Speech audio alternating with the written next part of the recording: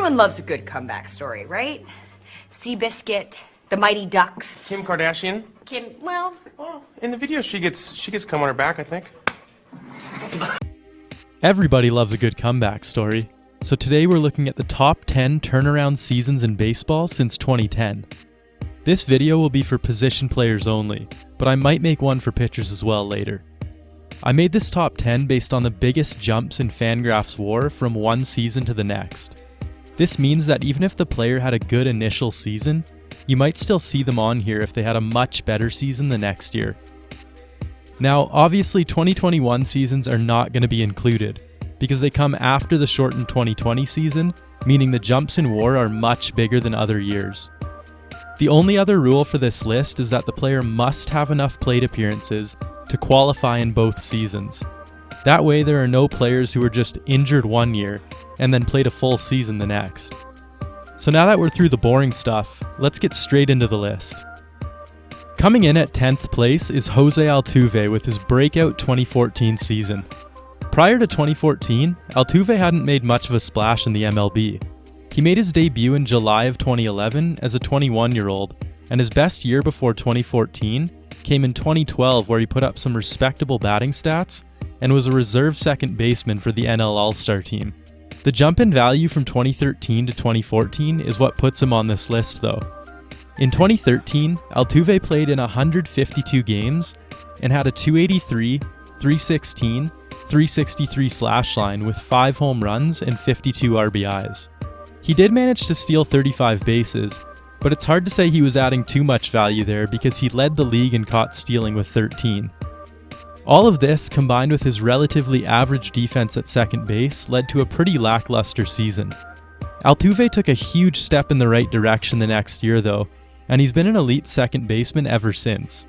In his turnaround 2014 season, he slashed 341, 377, 453, with 7 home runs and 59 RBIs over the course of 158 games. Good enough to lead the American League in hits and batting average. He also improved his base running, leading the league with 56 steals and only being caught 9 times. He was an All-Star, a Silver Slugger, and earned a few MVP votes. Here's a look at the comparison between the two seasons using a few standard stats. I think it's safe to say this season had the Houston Astros buzzing with excitement. In 9th place is Mookie Betts with his 2018 season, and this is one of those cases where he didn't even have a bad year before it. It's just that his 2018 was so good that he almost doubled his WAR from the year prior. Betts, like Altuve, made his major league debut as a 21-year-old, just a few years later in 2014. And to be honest, he's pretty much been elite every year that he's been in the league. The only years he's put up less than 3 WAR were when he didn't play anywhere near a full season, namely his rookie year and 2020. In 2017, Betts played 153 games and slashed 264, 344, 459 with 24 home runs and 102 RBIs. He also stole 26 bags and was only caught 3 times. As if his offense wasn't good enough, he also played elite defense in the outfield.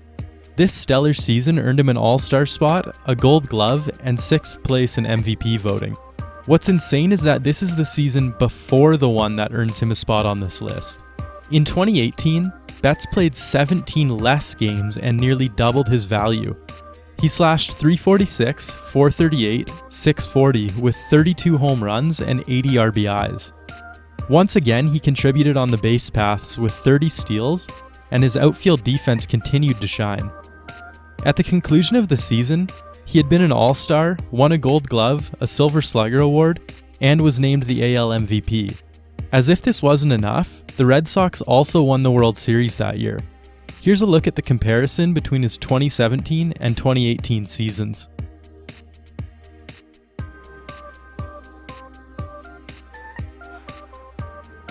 Eighth place on the list is Chris Davis with his 2013 season. And for those of you wondering, this was before he was getting paid tons of money by the Orioles. Davis made his debut as a 22-year-old with Texas in 2008. It would take until 2012, his first full season with the Orioles, before he played more than 113 games in a season though.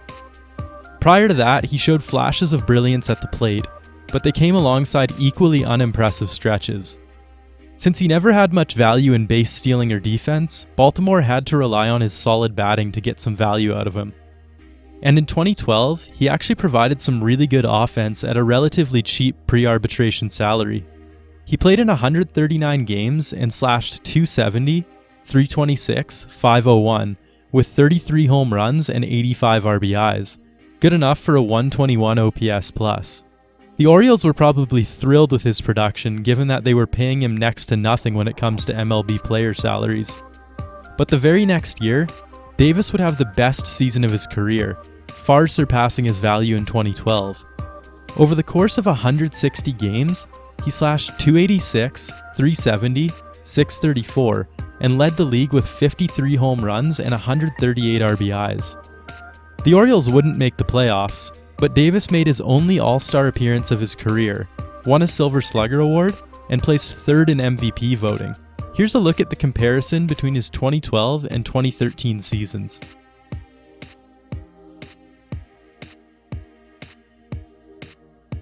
Coming in at 7th place is Manny Machado in 2018. Machado was drafted 3rd overall by the Orioles in 2010 and was barely 20 years old when he made his major league debut in 2012.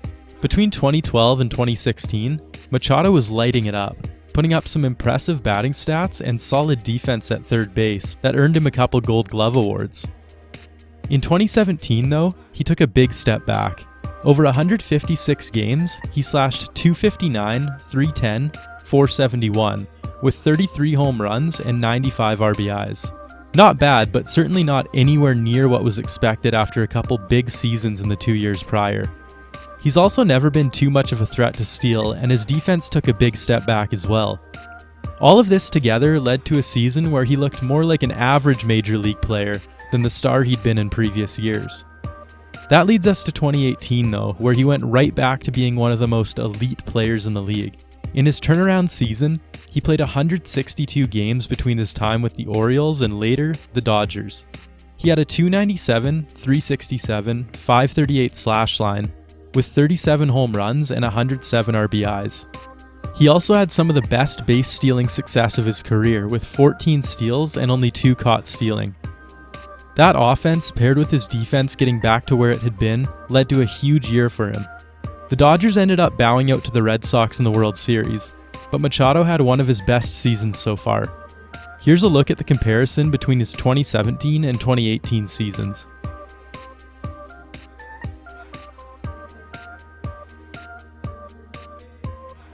In 6th place is Melky Cabrera with his bounce-back 2011 season. Cabrera debuted as a 20-year-old with the Yankees in 2005, and over the course of his career ended up playing for 8 different major league squads. From when he entered the league to his 2009 season, he hadn't made much of an impact with the Yankees, which ultimately led to him being traded to the Braves in December of 2009. That following 2010 season in Atlanta would prove to be one of the worst of his career, as he slashed .255, .317, .354, with only 4 home runs and 42 RBIs over 147 games. To make it worse, his defense wasn't much better than his batting, leading to a brutal year with the Braves. This led to the team releasing him in October, only for him to be picked up by the Royals in December of 2010. That signing would prove to be a great bargain for the team, as they paid him just over $1 million for one of the most productive seasons of his career. In 2011, Cabrera played 155 games with the Royals and slashed .305, .339, .470, with 18 home runs and 87 RBIs. His defense wasn't anything award-worthy, but it was much better than it had been in 2010. He probably would have been even more valuable had he stopped trying to steal bases. He managed to steal 20 bags, but was also caught 10 times. Overall, though, it was still a huge improvement over his brutal 2010 season. Here's a look at the comparison between the 2 years.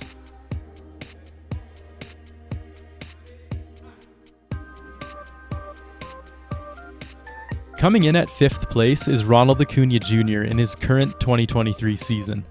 That means by the end of the season, he'll probably bump up a few spots, but as of September 22nd, this is where he sits on the list.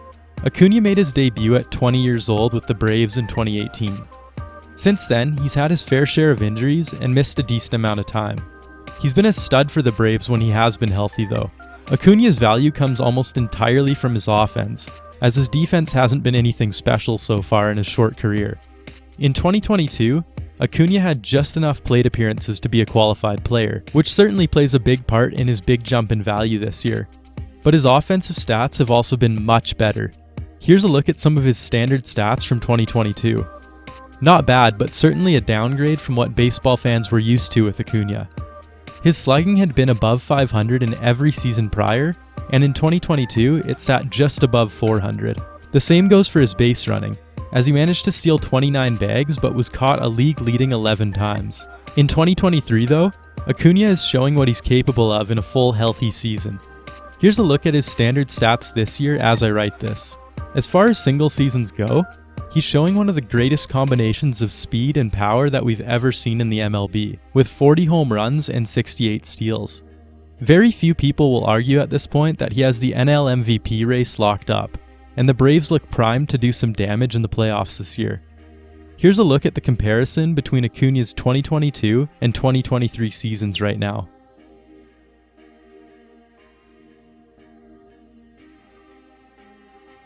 In fourth place is Alex Rios with his bounce-back 2012 season. Rios was drafted 19th overall by the Blue Jays in 1999 and would make his major league debut in 2004. Although he started his career off a bit slow with the bat, his defense was fairly solid in the outfield. Between 2006 and 2008, he had some great seasons with the Jays and made a couple of All-Star appearances. His production dropped off a bit in 2009 though, and he ended up finishing the season with the White Sox. After a solid 2010 season, his production dropped yet again in 2011, likely the worst season of his career. Here's some of Rios' standard stats from 2011. Pretty much every one of them dropped significantly from his career averages up to that point, including his base stealing where his success rate plummeted.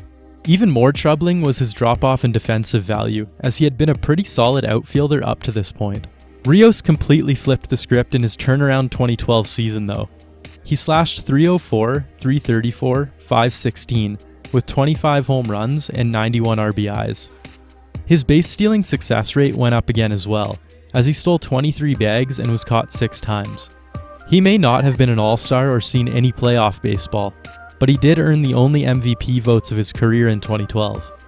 Here's the comparison of his 2011 and 2012 seasons.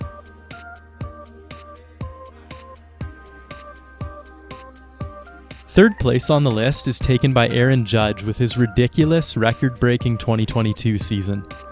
This is another case like Mookie Betts in 2018, where Judge actually had a really good 2021 season. It's just that his next year was historically good, enough so that he more than doubled his F4 from the year prior. Judge made his debut as a 24-year-old with the Yankees in 2016. The following year he would be an All-Star, win a Silver Slugger Award, take home AL Rookie of the Year, and place second in MVP voting. Unfortunately, between 2018 and 2020, he had his fair share of injuries and would miss a significant amount of time each season. That brings us to 2021, where Judge was able to play close to a full season for the first time since 2017. Here's a look at what he was able to do with the bat over his 148-game season. Although he fell just shy of 40 home runs and 100 RBIs, he was one of the most valuable players in the league. His continued success at the plate earned him his 3rd All-Star appearance, 2nd Silver Slugger Award, and 4th place in MVP voting. That great season was dwarfed by his performance in 2022 though, as he put together one of the greatest offensive seasons of all time. Over 157 games, Judge slashed .311, .425, .686, with an American League record-breaking 62 home runs. He led the league in on-base, slugging, home runs, RBIs, walks, and total bases. Although the Yankees would eventually be swept by the Astros in the ALCS, Judge would take home another Silver Slugger Award and beat out Ohtani in the AL MVP race. Here's a comparison of his 2021 and 2022 seasons.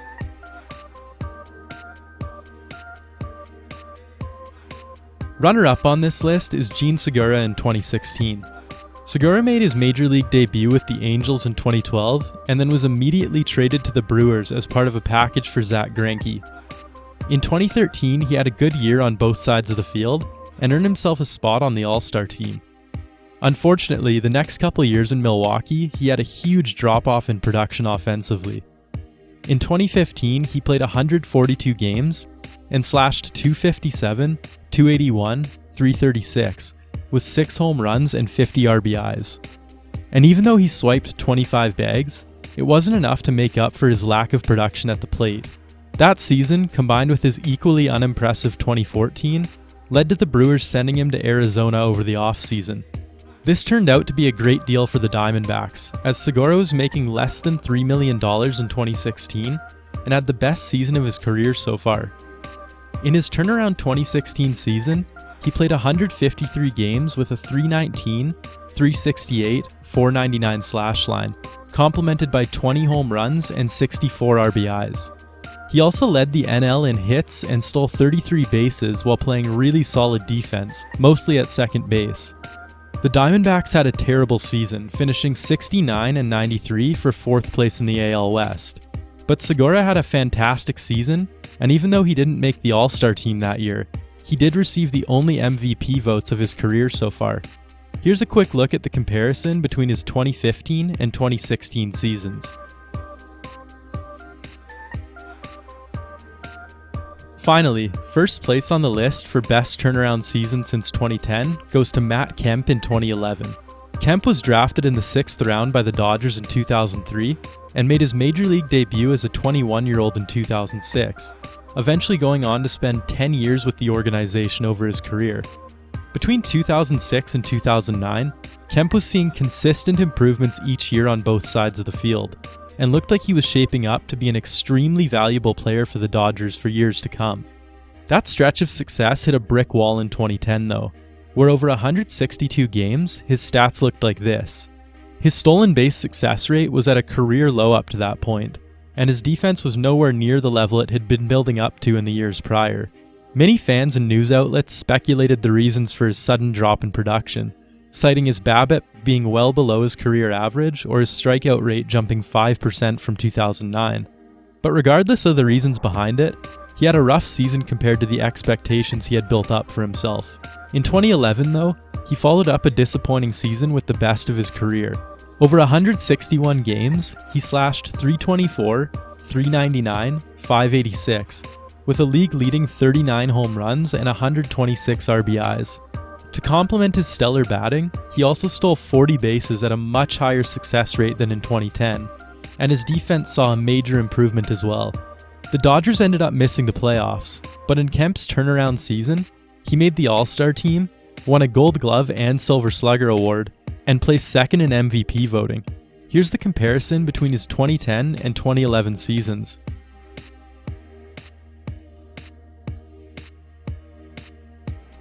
And that'll do it for my list of the best turnaround seasons since 2010 for position players. Here's a quick summary page of the players one more time. If you'd like to see me make one for pitchers, make sure you let me know in the comments and I'd be happy to get it done. If you managed to make it this far, thanks for watching, and if you enjoyed the video, remember to like, comment, and subscribe. I'm Jack of All Baseball, and I'll see you next time.